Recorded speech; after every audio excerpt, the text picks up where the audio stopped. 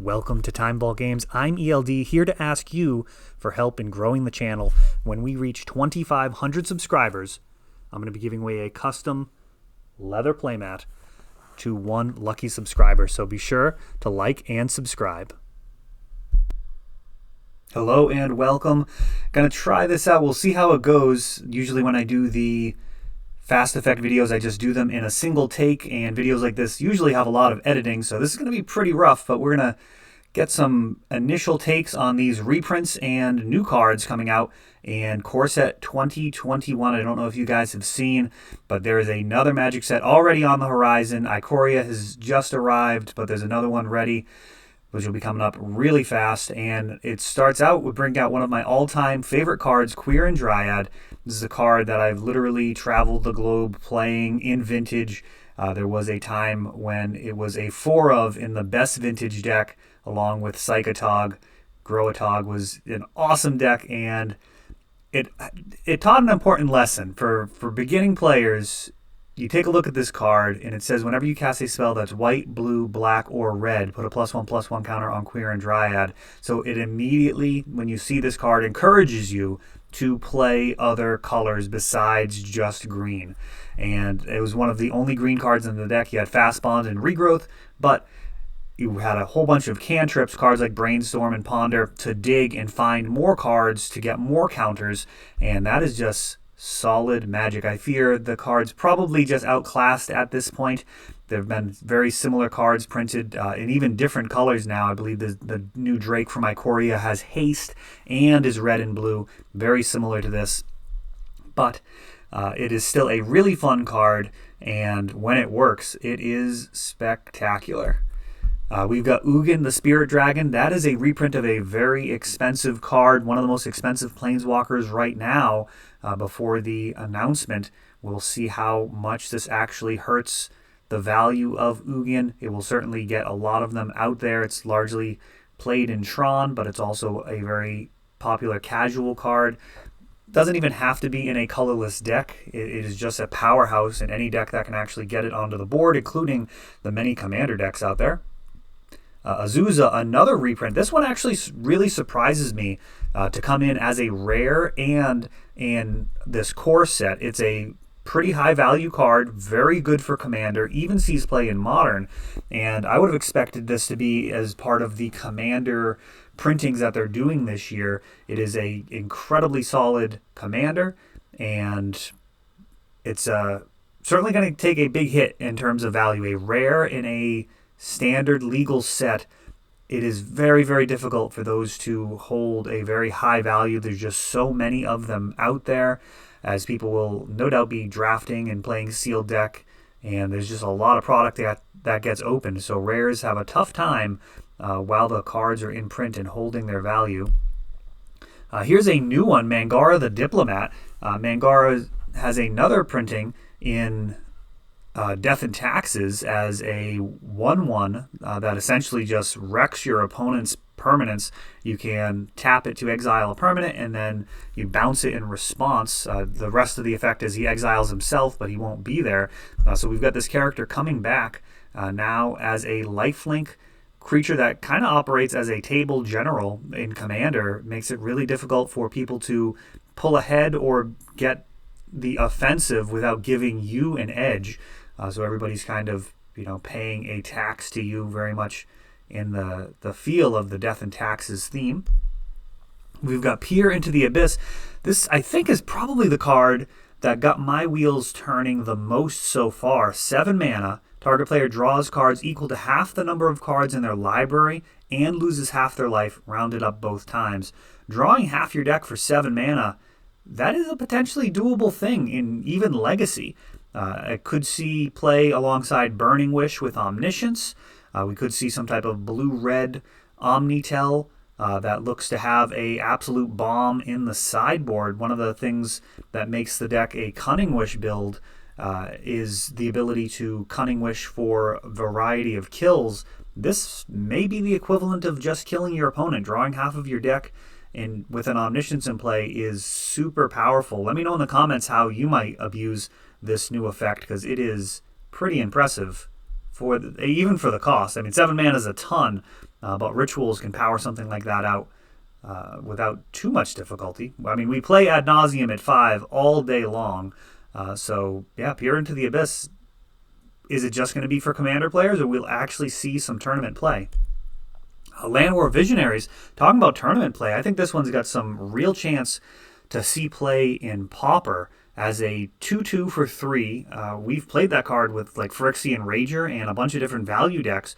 Paying 3 mana to get a body and a card is pretty big in that format. And the fact that it taps for green as well, I think this is actually very high power level for kind of the mid-range strategies and the control strategies in Pauper. I'll be very interested to see what decks adapt it into their builds, or if it actually spawns new archetypes. I actually don't think it's going to be super amazing in Elves, which is odd because it is an elf, but at 3 mana, I mean, they have, this one's really right on the nose. You've got Llanowar Elf and Elvish Visionary smashed together, even adding up their power and toughness. I don't know that it's actually better than just being able to pay 2 mana for the card draw, so we'll see.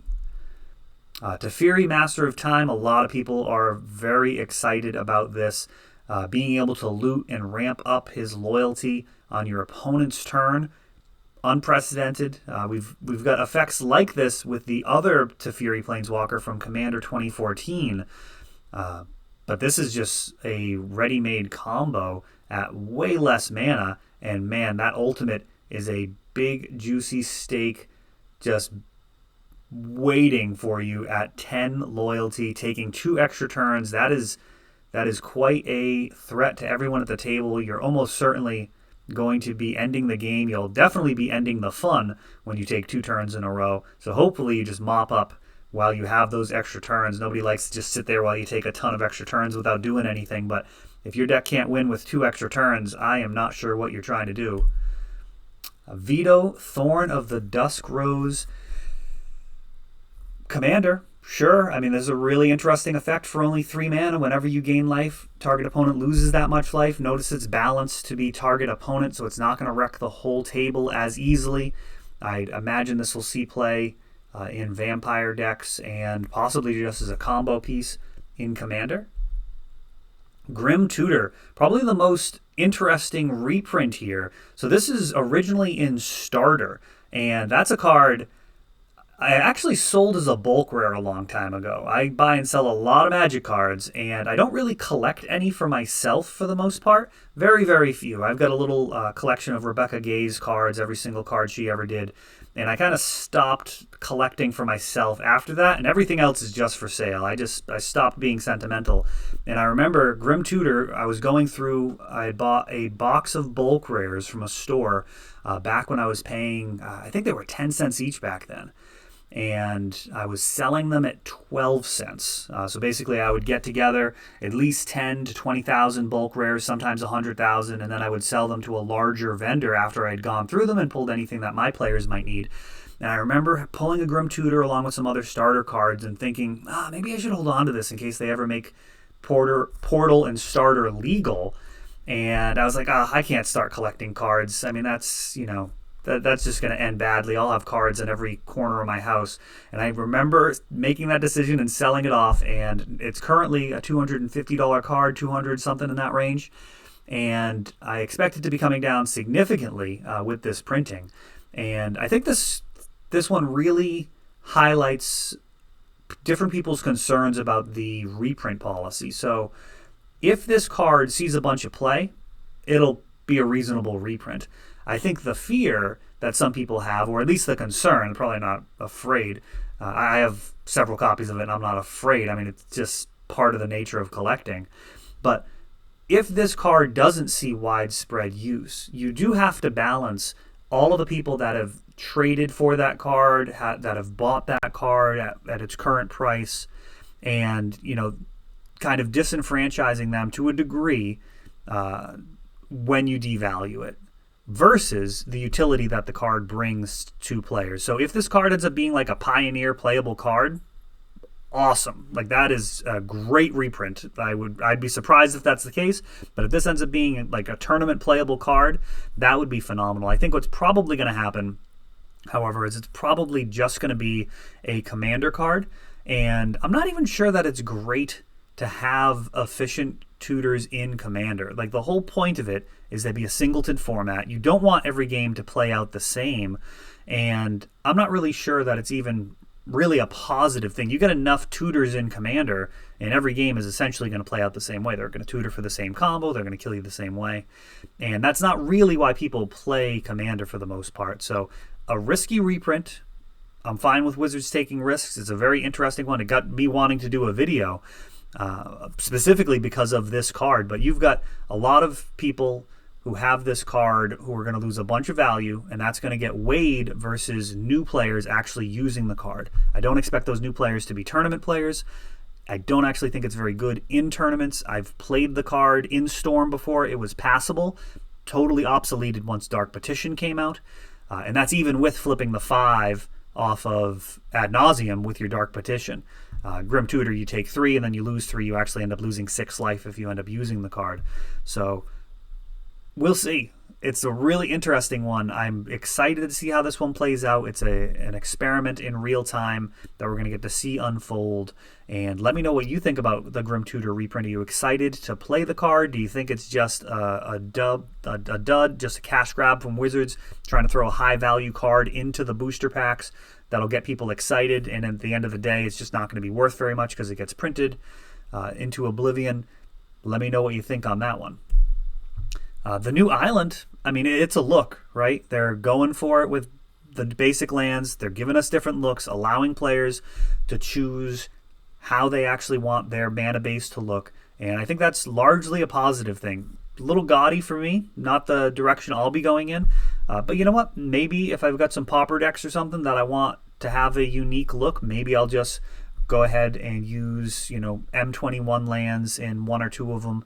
If that's just a way to differentiate them. I currently use like BFZ full art lands just because I have a ton of them.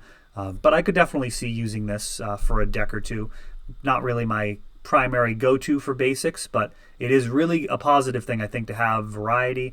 And, if people are not digging it, that's probably a good thing. I think you want the range of art to be diverse enough that some of the art is just not going to resonate with some people. Some of the design is just not going to work, because if it's kind of things that everybody likes, you're just kind of in that zone where it's always the same. You're playing it safe, and that's really not what Magic's about. I remember some of the earliest Magic cards that I ever saw just blew my mind. Like things like Living Wall and Wall of Swords were so weird and just made me wonder, like, what are the possibilities in this game? Like, it wasn't clearly defined in a single aesthetic. And I think the fact that they're applying that to basic lands, always a good thing. I enjoy that, and I think Magic art lately has improved. It was probably the biggest weakness in the game a few years ago, and they've been working with some tremendous artists, guys like Seb McKinnon, who are doing awesome work and bringing back like a personal style as well, which I think is a really positive thing. I always liked how you could look at a Rebecca Gay card and tell that it was her art, and I think that's just a really positive thing when you've got artists able to express their own personal style within the context of the game. Baneslayer Angel, big reprint for those of you guys that have played with this card in the past. I mean, this card does work. It was dominant. It was one of the first expensive mythics, and it really dominated in Standard when it was first printed. The reprint cooled it off a lot. We'll see if Baneslayer ends up being an expensive card again, but beautiful art, powerful effect, and just absolutely smashes demons and dragons. First time around, it smashed your wallet as well. We'll see if that's the case this time. Liliana, Waker of the Dead, 4-mana Planeswalker. Bar is pretty high once you start getting to 4 mana for the Eternal formats, but I think it's definitely a card that can see play at the Commander tables and possibly Pioneer. We'll see. But each player discarding a card. If they can't, they lose 3 life. So similar to Liliana of the Veil, except 1 more mana, which makes a huge difference. The nice part is if they can't discard a card, they lose 3 life, so it's also a win condition wrapped into it. We'll see if that's actually worth the extra mana. I suspect it won't be, but again, as a budget alternative to Liliana, could definitely be an option. and then target creature getting -X, where X is the number of cards in your graveyard, very similar to the Edict effect, except it's a -3 instead of a -2, and then her -7 probably wins the game in casual.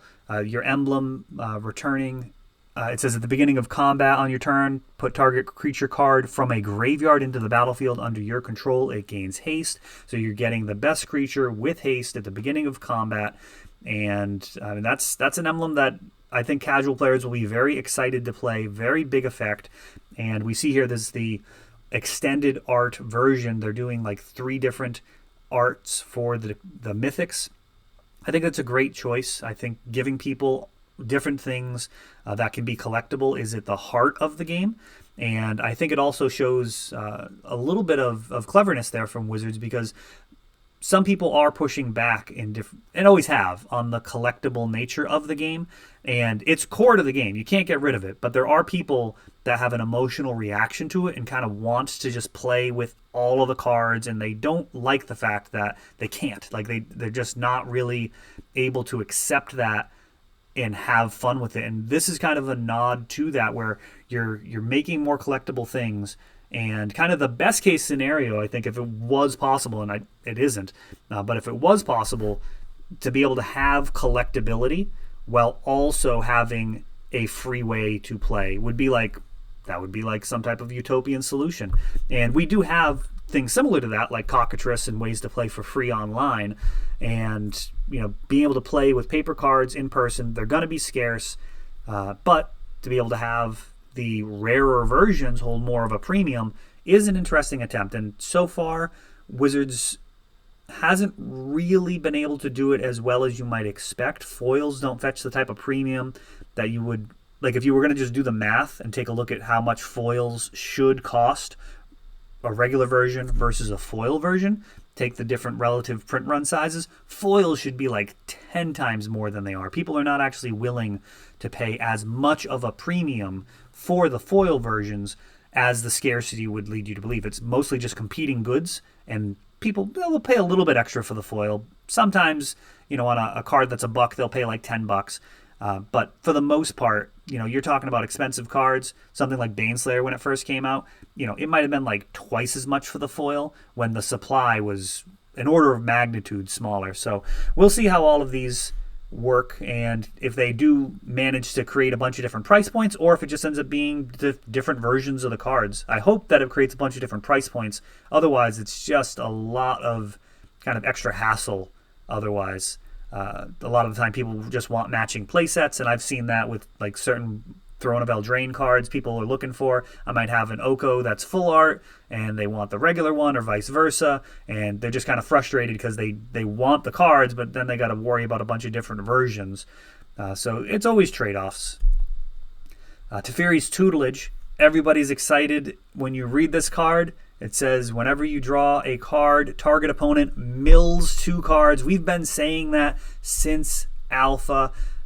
Millstone, the ability to pay 2 and tap it. Maybe that was from Antiquities. I think that one was actually Antiquities. But anyways, for a really long time, since I've been playing Magic from the early 90s, the ability to mill someone has been taking cards from their library and putting them into their graveyard. And now we've got the keyword, so good on Wizards listening to the players. I think that's positive. Fun card. Entering the battlefield, drawing a card and discarding a card, it loots, and it sets up the ability to mill your opponent out as a win condition. Just eventually you'll get them. If you can just not die, you will eventually win with this card in multiples. Very powerful, and mill is one of the earlier strategies that I remember building as I tried to differentiate the types of decks that I had. Building a control deck with no creatures and having a mill strategy was a really interesting deck building exercise, and it really helped me learn more about the game. Creating dead cards for my opponent, and then your counter spells are only necessary to defend like your millstones, and not necessarily all of them, as long as you're getting ahead. And heck, even back then you could get to the point where they have less cards in your library, and then you might just be fine with it. Let's just ride this thing out. There's always a win condition. Your opponent getting milled is never something to forget. Pack leader. What a good boy. Everyone's excited to see dog tribal, cats and dogs in this set. Very meme heavy, I'm sure. I can't imagine we won't see Doge style alters on this. Other dogs you control get +1/+1, and whenever it attacks, prevent combat damage that would be dealt this turn to dogs you control. Makes this a pretty potent tribal leader. We'll see what other dogs are in this set. There are already a bunch of good dogs in Magic. We'll see. We'll see. I think that this is potentially going to be playable in Pioneer. Maybe there's going to be a fringe, lower tier dog deck. But Lords in the past have been pretty powerful. Most notably, Lord of Atlantis made Merfolk the best deck in the format for a period of time. Of course, the counterspells and Mana Denial really backed up that strategy. So we'll see what dogs have to supplement just the pure beatdown plan. But it's a good start towards dog tribal. Chromatic Ori. People have been excited about this. Posted over on the Facebook page. One of the first cards that got a response. So 7 mana, taps for 5. So you're effectively losing 2 mana on the turn that it comes out. But it also has the huge bonus of being able to spend mana as though it were mana of any color. So totally fixes your mana.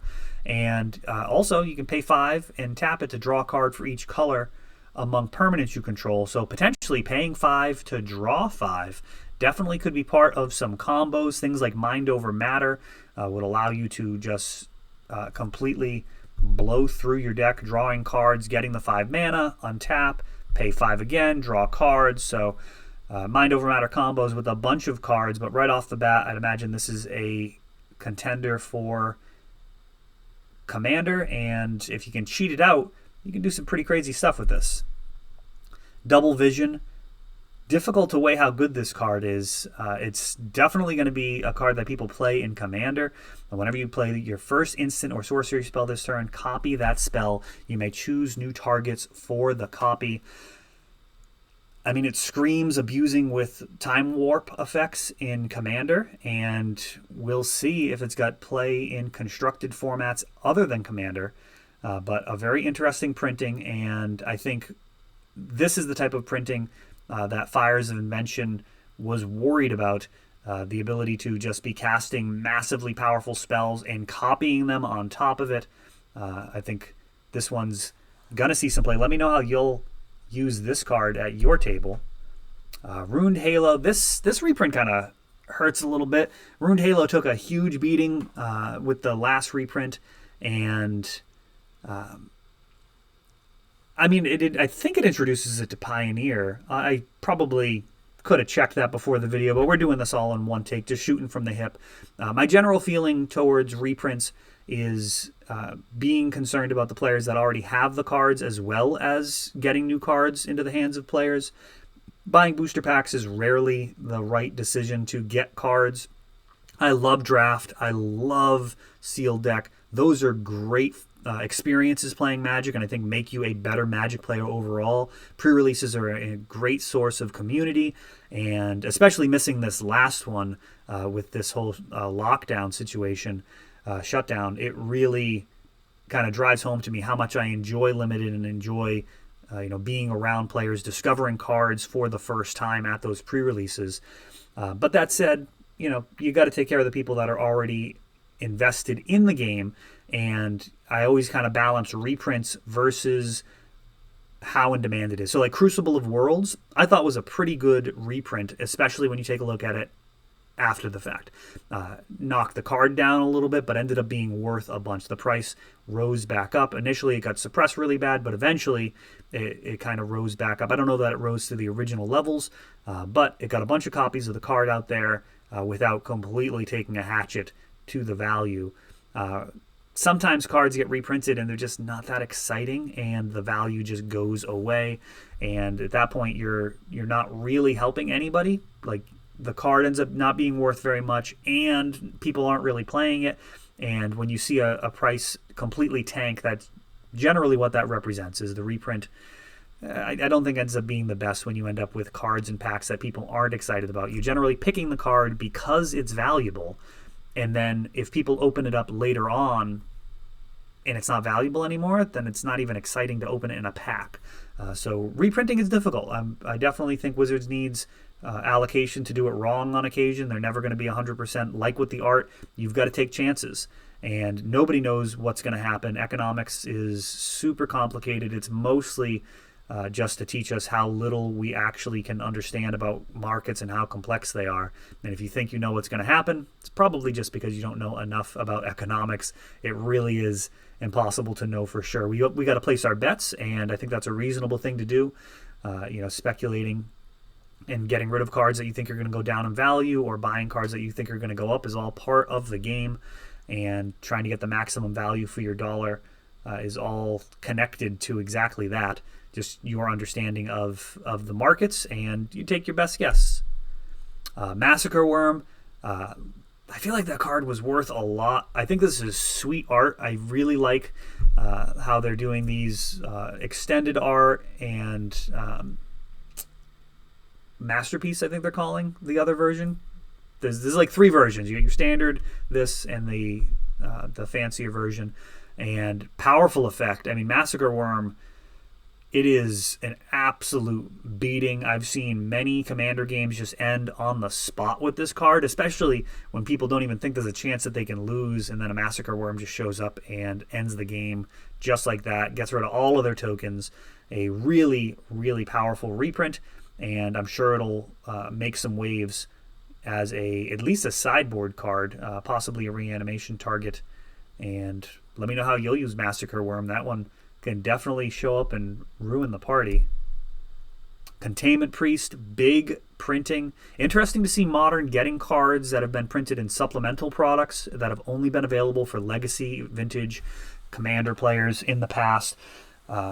Containment Priest is a heck of a Magic card. 2 mana, really powerful.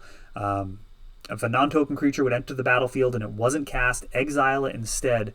I mean, it's Legacy playable. Like, solid sideboard card, Death and Taxes, control decks that run white. They enjoy being able to use this card versus decks like Sneak and Show, Reanimator, and it's a powerful one. And Rin and Siri, Inseparable, how adorable. We've got a cat-dog card, or dog-cat. Whenever you cast a dog spell, you get a 1/1 green cat. Whenever you cast a cat spell, you get a white dog. And then you can pay Naya mana, and it deals damage to a target equal to the number of dogs you control, and you gain life equal to the number of cats you control. Just a feel-good legendary. I think plenty of people will build a commander deck around this. Could be... I mean, I'm not going to say it's going to be tier 1 by any stretch, but it is a really good thing in Commander to have multiple decks. What we do here at the shop, and we'll be opening back up with this plan fully rolled out now, we do a power level in between 1 and 10 for your deck. We've kind of evolved it since we've opened, and basically you self-rank your Commander deck on power level. And there's a metric. I'll do a different video explaining exactly how that works and talk about our Commander night, which we're going to be doing once we get back open, a little bit more organized than just the free play that we often have at the shop in between rounds at a tournament, for example. But the idea is when you sit down at the table, if you've got a 4, you ask anybody to sit down, and they need to be within 1 of your deck. So if you've got a 4, they need to have a 3, 4, or 5 in order to sit down. If players can't get a game together, then maybe you kind of create a situation where it's like, okay, well, we've got 3 4s. Why don't you play a 7? And you're just going to have a target on your back. And Rin and Siri is the type of card that could be really fun to build one of those lower power level decks that can do fun stuff, create memorable games without necessarily trying to be at the top of the power curve, which is important in Commander. You really want to be able to play with all sorts of different people. And if you're a CEDH player, I think most of them tend to have other decks which are not CEDH, just so they can actually play with anybody. And that could be a fun way to do that.